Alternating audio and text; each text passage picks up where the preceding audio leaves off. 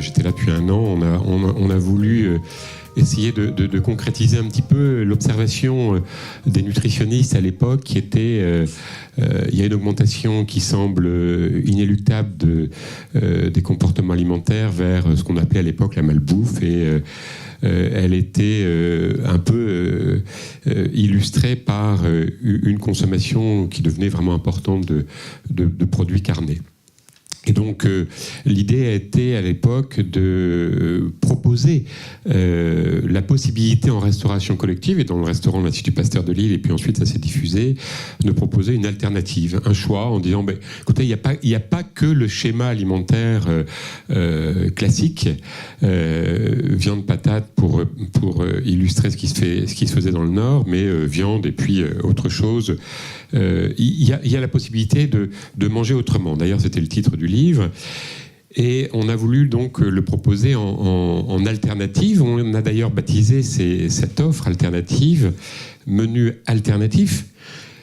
D'abord parce qu'on ne voulait pas les appeler menus sans viande.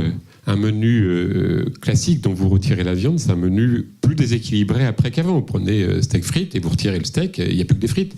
Et donc finalement, c'est encore plus déséquilibré après qu'avant. Et déjà, on s'était quand même dit que se focaliser sur un aliment était problématique. Et aujourd'hui, je dirais, il faut faire attention de ne pas tomber dans le piège d'accuser un aliment.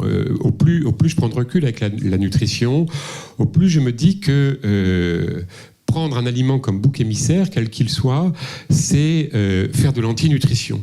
Parce que notre nutrition, vous l'avez très bien dit, elle s'inscrit dans un patrimoine culturel propre à notre nature, etc. Et cette diversité est importante.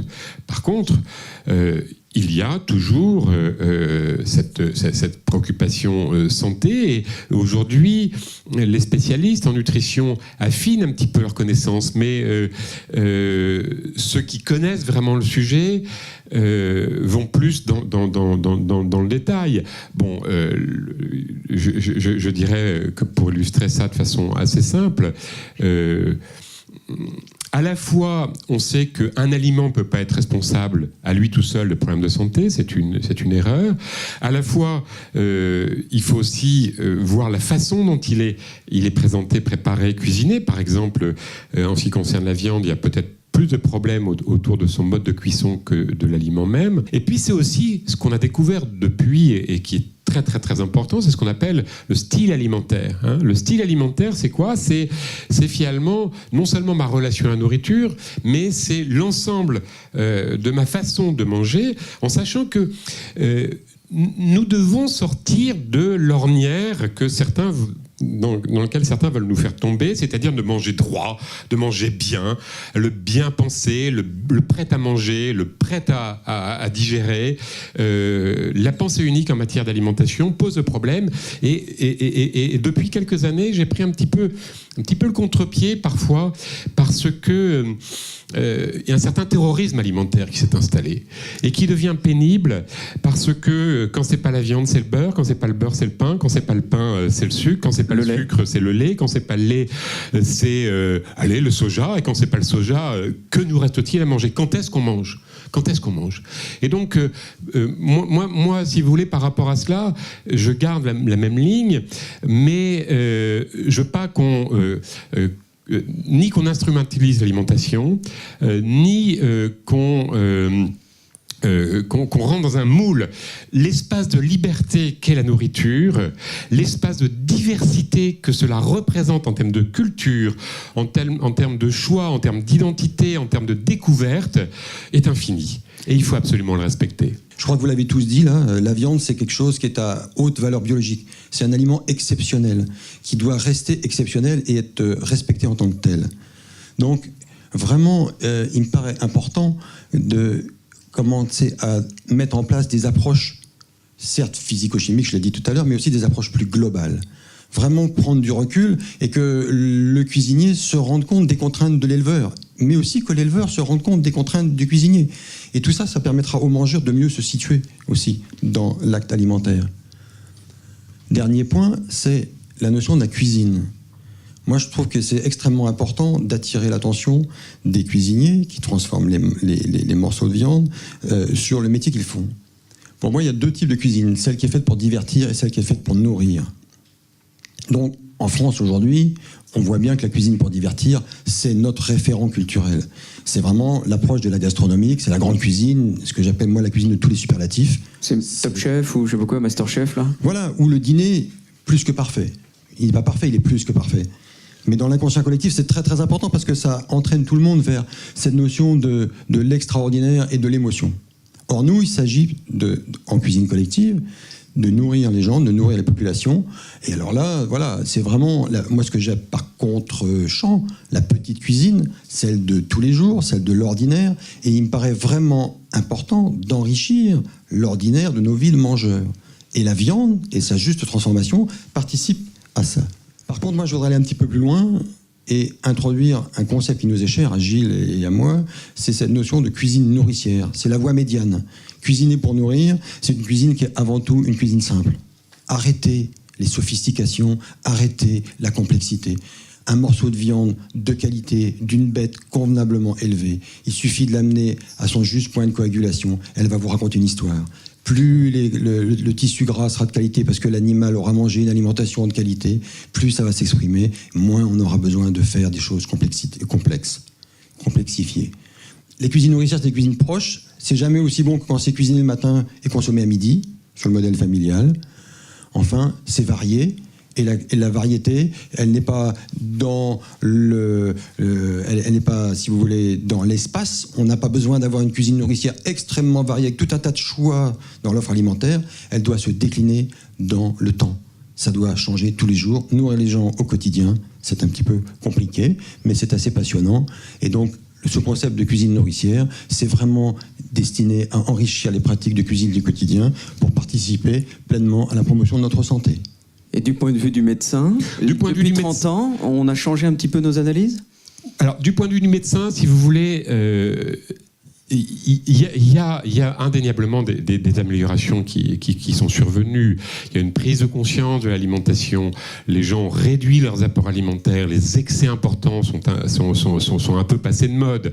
Il y a encore des problèmes qualitatifs, bien entendu. On a du mal parfois à les identifier de façon extrêmement précise parce que c'est toujours une intrication.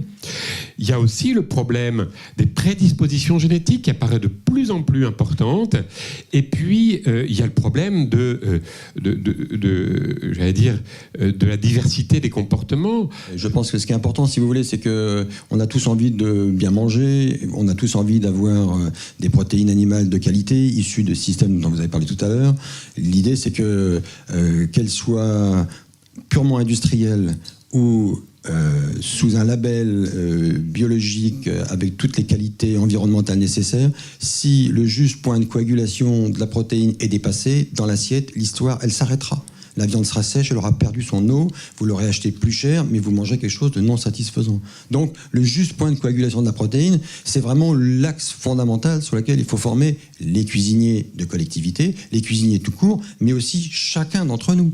La ménagère qui achète sa petite escalope de volaille sous label et qui la maltraite en l'amenant à la limite du point d'ébullition, ça ne pourra pas être satisfaisant. Moi, j'ai formé des gens qui étaient en souffrance par rapport à des surpoids et d'obésité et qui n'arrêtaient pas de me dire on m'interdit la graisse, on m'interdit ci, on m'interdit ça, c'est insupportable, moi je ne sais plus quoi faire.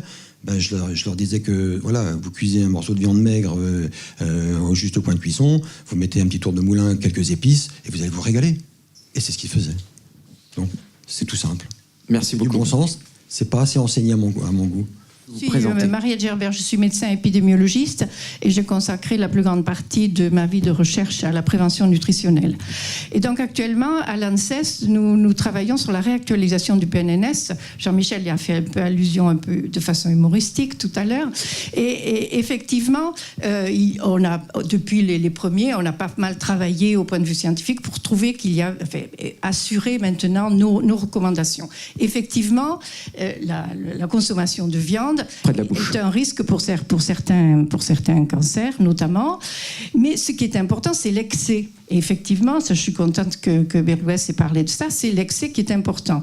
Et il est clair que plutôt que de faire des lentilles au tofu qui rendent le cuisinier malade, ce que je comprends très bien, on aurait mis un tout petit peu de côte de porc ou de lard, ça n'aurait pas fait mal aux enfants et tout le monde aurait été plus content. Donc je crois, et j'ai beaucoup apprécié justement dans la présentation de Gilles Davot, cette idée de diminuer progressivement, qui est peut-être mieux effectivement que d'imposer un jour végétarien ou des jours végétariens. Et ça me paraît effectivement très intéressant.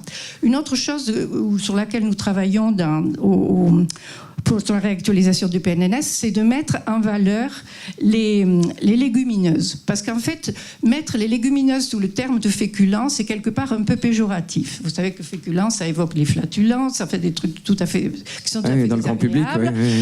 Donc, alors les céréales, effectivement, sont des féculents, mais les céréales complètes, elles apportent beaucoup plus de choses que le pur amidon d'une céréale raffinée. Et les légumineuses, effectivement, sont très riches aussi, non seulement en protéines, mais aussi en micronutriments. Donc effectivement, moi j'aurais tendance à ce qu'on ne parle plus aux enfants de féculents, mais qu'on leur dise... On change le vocabulaire. Voilà, qu'on change le vocabulaire, qu'on leur parle de céréales, qu'on leur parle de légumineuses. Et alors j'arrive à un autre point qui me paraît important. Quand on parle de céréales et de céréales complètes et semi-complètes, il faut savoir que là, il vaut mieux utiliser des céréales issues de l'agriculture biologique. Bien sûr, le local est très important parce qu'il permet aussi de respecter la saisonnalité, qui est un point important pour la nutrition, parce que c'est à ce moment-là que les aliments ont leur plus grande richesse nutritive, quand ils sont consommés au moment où ils font. On a beaucoup parlé du local, ce qui est évidemment tout à fait essentiel. Mais nous sommes tous également des citoyens du monde. Donc quand on parle de la viande, on ne peut pas ne pas penser aux enjeux planétaires considérables, ça a été un tout petit peu évoqué, de la consommation de viande. Regardons la réalité en face. Prenons un exemple, l'exemple de la Chine. En 1970, c'est, alors consommation ou disponibilité alimentaire par habitant, c'est 9 kilos par Chinois en 1970. Aujourd'hui, on est à 63 kilos. Ce qui est multiplié donc par 7 en l'espace de 40 ans. Et on pourrait parler du Brésil, et on pourrait parler des autres pays.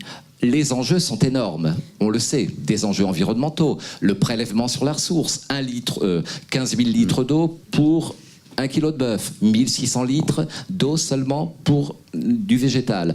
Bon, on pourrait multiplier les exemples, enjeux environnementaux, enjeux sanitaires. L'excès de viande n'est quand même pas bon pour la santé, je parle bien de l'excès, bien évidemment. Enjeux, on pourrait dire, humanitaires et éthiques. Bon, on a tout ça en tête. La question, c'est que fait-on par rapport à ça? La réponse est évidemment non. On ne va pas interdire aux Chinois de manger de la viande. Ils en consomment 63 kilos, les Américains 180 et nous 120. Nous-mêmes, on ne va pas nous imposer de devenir végétarien, comme le disait Jean-Michel.